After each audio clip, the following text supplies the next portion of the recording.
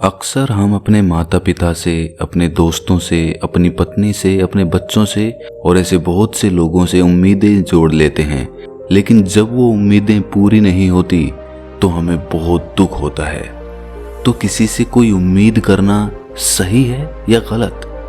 चलिए महात्मा बुद्ध की इस कहानी के द्वारा समझने की कोशिश करते हैं। इससे पहले कि आप इस कहानी में खो जाएं, इस चैनल को सब्सक्राइब जरूर कर लें। तो चलिए कहानी शुरू करते हैं। एक बार महात्मा बुद्ध अपने आश्रम में विहार कर रहे थे। तभी एक आदमी बुद्ध के पास आया और बोला, हे बुद्ध, मैंने आपकी बहुत प्रशंसा सुनी है।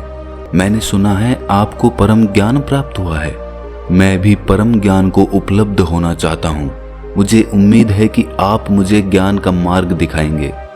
बुद्ध ने मुस्कुराकर पूछा, तुम्हें मुझसे इतनी उम्मीद क्यों है? वो आदमी बोला, हे बुद्ध, मैंने अपने जीवन का एक बहुत बड़ा हिस्सा इस संसार को समझने में निकाल दिया और तब मुझे समझ आया कि यहाँ सब लोग स्वार्थी हैं। किसी को किसी से कोई मतलब नहीं है। सभी लोग सिर्फ अपने बारे में ही सोचते हैं। कोई किसी की मदद नहीं करना चाहता और ना ही कोई किसी को अपना समझता है। यहाँ सिर्फ अंधकार ही अंधकार है। यहाँ बहुत कम है जो निस्वार्थ दूसरों की मदद करते हैं। उन्हीं में से आप हैं। आप सभी को निस्वार्थ ज्ञान देते हैं। इसी कारण मैं आपके पास आया हूँ। बुद्ध ने कहा, तुम्हें अंधकार ही अंधकार क्यों दिख रहा है? आदमी ने कहा, मैंने अपने जीवन में अंधकार ही देखा है। मुझे मेरे पिता से उम्मीद थी कि वो मेरा विवाह उस लड़की से करेंगे जिसे मैं पसंद करता हूँ, लेकिन उन्होंने ऐसा नहीं किया, बल्कि मेरी शादी किसी दूसरी लड़की से कर दी। वो लड़की जो मेरी पत्नी बनकर आई, मुझे उससे उम्मीद थी कि वो मेरे जीवन में खुशियां लेकर आएगी, मेरा ख्याल रखेगी और मेरे सभी कार्यों में मेरा साथ देगी, लेकिन ऐसा नहीं हुआ। मैं एक कवि था, लेकिन मेरी पत्नी को ये पसंद नहीं था। वो चाहती थी कि मैं कुछ और काम करके और ज्यादा पैसा कमाऊं। वो इसके लिए मुझसे रोज झगड़ा करती थी। उसने मेरा जीना दुश्वार कर दिया था।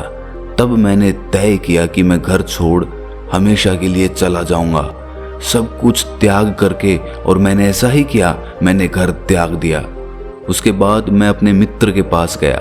मुझे उम्मीद थी कि वो मेरी मदद जरूर करेगा, लेकिन उसने ऐसा नहीं किया। तब मैं समझ गया कि इस दुनिया में कोई किसी का नहीं है, सब अपने मतलब के लिए हैं। तब मैं साधुओं महात्माओं के पास चला गया। वहां मैंने उनसे ज्ञान की बातें सीखी, उनका आशीर्वाद भी लिया, और तब मुझे समझ आया कि ये दुनिया एक माया से ज्यादा कुछ भी नहीं है। ये माया सभी को भ्रमित कर देती है। इस माया में जो उलझ गया उसका कल्याण नहीं हो सकता। इसीलिए मैं प्रभु की आराधना में लग गया ताकि मेरा परलोक सुधर सके, और मुझे आपसे पूर्ण उम्मीद है कि आपके पास मुझे ज्ञान जरूर मिलेगा।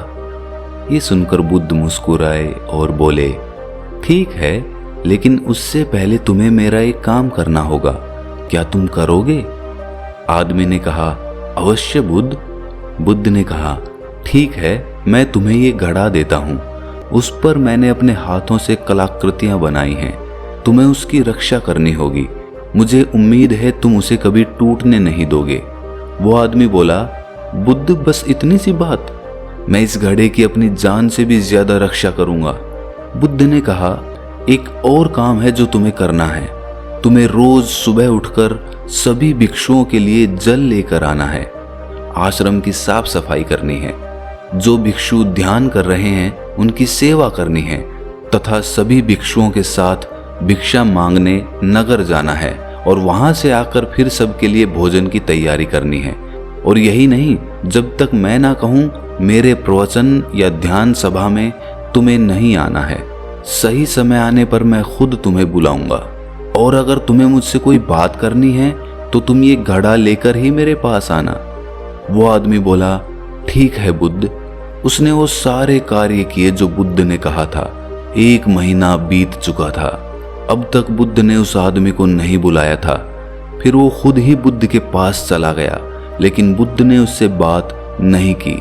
तब उसे याद आया कि बुद्ध ने कहा था कि अगर वो बुद्ध से बात करना चाहता है तो घड़ा लेकर ही आए। वो फिर घड़ा लेकर बुद्ध के सामने उपस्थित हो गया। बुद्ध ने पूछा, क्या तुम्हें मुझसे कुछ पूछना है? आदमी ने कहा, बुद्ध, 1 महीना हो गया है, आपने जो भी कहा मैंने सब किया। चलो काम तो ठीक है, लेकिन आप मुझे सभा में कब बुलाएंगे? बुद्ध ने कहा, सही समय आने पर मैं खुद बुला लूंगा। ये सुनकर वो आदमी वहां से चला गया और अपना काम करता रहा। ऐसे ही 1 महीना और बीत गया। 2 महीने हो चुके थे।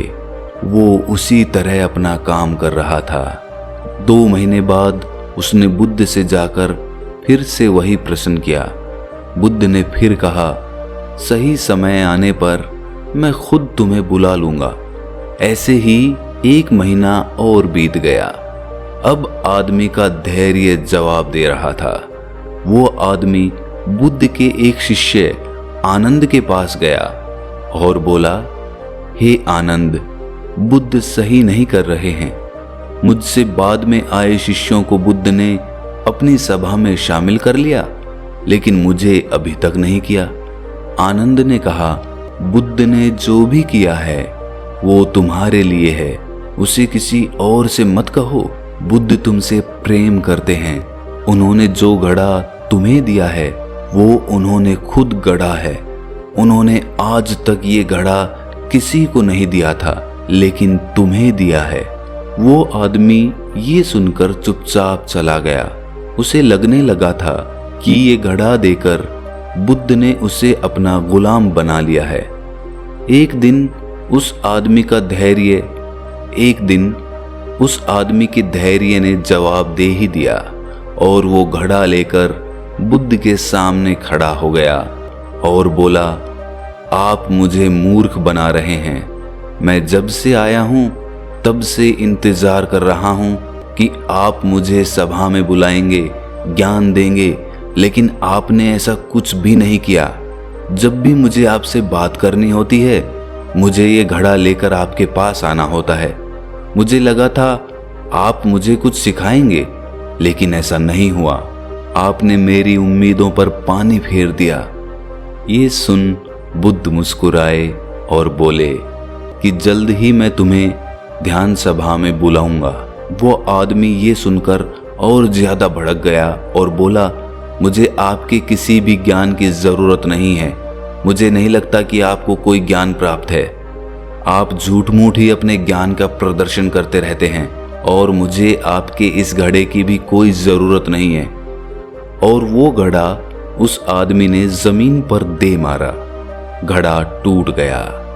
बुद्ध एक कपड़े में उस घड़े के टुकड़ों को समेटने लगे। ये देख वो आदमी लज्जित हो गया और बुद्ध से माफी मांगने लगा और बोला, बुद्ध, मुझे क्षमा कर दें, मुझे क्रोध आ गया था।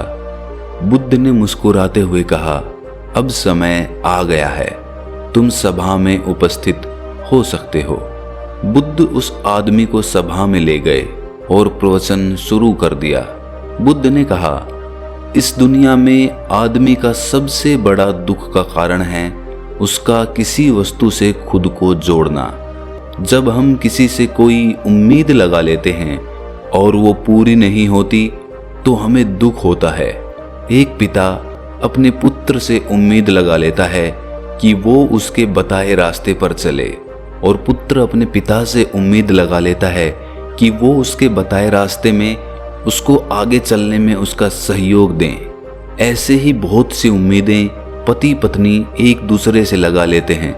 इसी तरह दुनिया में ज्यादातर लोग एक दूसरे से कुछ ना कुछ उम्मीद लगा ही लेते हैं और जब ये उम्मीद पूरी नहीं होती तो ये क्रोध का रूप ले लेती है, जो हमारी बुद्धि का नाश कर देती है, जिसमें आदमी खुद का नुकसान करता है। क्रोध गरम कोयले को अपनी हथेली पर रखने के समान होता है, जिससे हम दूसरों को जलाना तो चाहते हैं, लेकिन उससे पहले आप खुद का हाथ भी जला लेते हैं।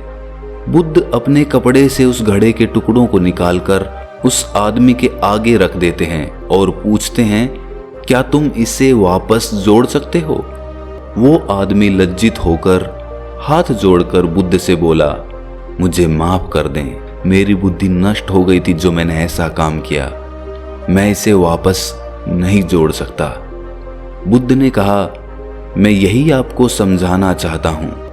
तुमने पूरी जिंदगी दूसरों से उम्मीद की, जब वो पूरी नहीं हुई तब तुम क्रोध में आकर वहां से भाग खड़े हुए, जिससे तुम्हारा ही नुकसान हुआ। अपने स्वार्थ के लिए दूसरों से उम्मीद नहीं करनी चाहिए। बुद्ध ने कहा, जब भी तुम दूसरों से अपने स्वार्थ के लिए उम्मीद करोगे तो हमेशा दुख ही पाओगे, लेकिन अगर वहीं तुम दूसरों को सुख देने की उम्मीद करोगे तो तुम्हें भी सुख मिलेगा। वो आदमी बोला, हे बुद्ध, आप मुझे क्षमा कर दें और अपने चरणों में जगह दें। मैं भी परम ज्ञान की तरफ आगे बढ़ना चाहता हूं। बुद्ध ने कहा, अभी तुम अपने घर जाकर अपने पिता और पत्नी के साथ रहो। तुम्हें अभी गृहस्थ जीवन जीने की आवश्यकता है। उस आदमी ने बुद्ध से कहा, बुद्ध, क्या मुझे ज्ञान प्राप्त करने का अधिकार नहीं है? आप क्यों मुझे वहां भेज रहे हैं? बुद्ध ने कहा, जिसे ज्ञान प्राप्त करना होता है वो अपने गृहस्थ जीवन में भी ज्ञान प्राप्त कर सकता है। और उस समय परिवार के लोग रास्ते के लिए रोड़ा नहीं बल्कि सहयोगी नजर आते हैं। अभी तुम्हें इस दुनिया में अंधकार ही अंधकार नजर आता है। पहले तुम अपने जीवन में प्रकाश को देखो, उसे ढूंढो कि प्रकाश कहाँ है। घर जाओ, ध्यान करो। ध्यान करने के लिए भिक्षुओं से संपर्क करो। धीरे धीरे तुम परम सत्य की खोज पर जाने लगोगे और तुम्हें रास्ता मिल जाएगा, जिससे तुम परम शक्ति को प्राप्त कर लोगे। ये सुनकर वो आदमी बुद्ध के चरणों में गिर गया और उसके बाद अपने घर को निकल गया। ये देख बुद्ध के शिष्य आनंद ने पूछा, हे बुद्ध, आप सभी को अपने संग में जोड़ लेते हैं, तो उसे क्यों भेज दिया? बुद्ध ने कहा, सुनो आनंद, इस दुनिया में बुद्धि के विकास और प्राथमिक चरण को पार करने के लिए दुनिया से होकर गुजरना ही पड़ता है। कोई भी आदमी सन्यासी होकर या संसार को छोड़कर ज्ञान के मार्ग पर आगे नहीं बढ़ सकता। ज्ञान को प्राप्त करने के लिए आपको इस दुनिया में रहकर यहाँ की चीजों को और लोगों को करीब से जानना होगा, तभी वो आगे की यात्रा शुरू कर सकता है। उसने अभी सांसारिक जीवन को जाना ही नहीं था, वो उससे भाग रहा था। जैसे ही वो सांसारिक मार्ग को जान लेगा, वो खुद ही ज्ञान को प्राप्त कर लेगा। श्रोताओं, बेशक हमें लगता हो कि सांसारिक जीवन बेकार है, व्यर्थ है, रोज रोज के झगड़े, रोज रोज की जरूरतें पूरी करना, लेकिन ये सत्य है कि जब तक हम सांसारिक जीवन को परिपूर्णता के साथ नहीं जिएंगे, तब तक हम ज्ञान प्राप्ति के मार्ग पर नहीं चल सकते। अक्सर दुनिया में बहुत से लोग सांसारिक जीवन से दुखी आकर, अपने परिवार से दुखी आकर सन्यास का मार्ग अपना लेते हैं, लेकिन वो सन्यास का मार्ग खुशी खुशी नहीं अपना रहे हैं, बल्कि अपने जीवन से दुखी होकर वो सन्यास के मार्ग पर चल रहे हैं। तो ऐसे मार्ग पर चलना खुद के पैर में कुल्हाड़ी मारने जैसा होता है। अगर हमारी ये कहानी सुनकर एक भी श्रोता का मन परिवर्तित होता है और वो सही मार्ग पर चल देता है, तो इस कहानी को सुनाने का हमारा मकसद पूरा हो जाएगा। अगर ये कहानी आपको पसंद आई तो इस चैनल को सब्सक्राइब करना ना भूलें और इस कहानी को अपने मित्रों, रिश्तेदारों और दोस्तों के साथ साझा जरूर करें। तो मिलते हैं अगली कहानी में, तब तक के लिए अपना ख्याल रखें।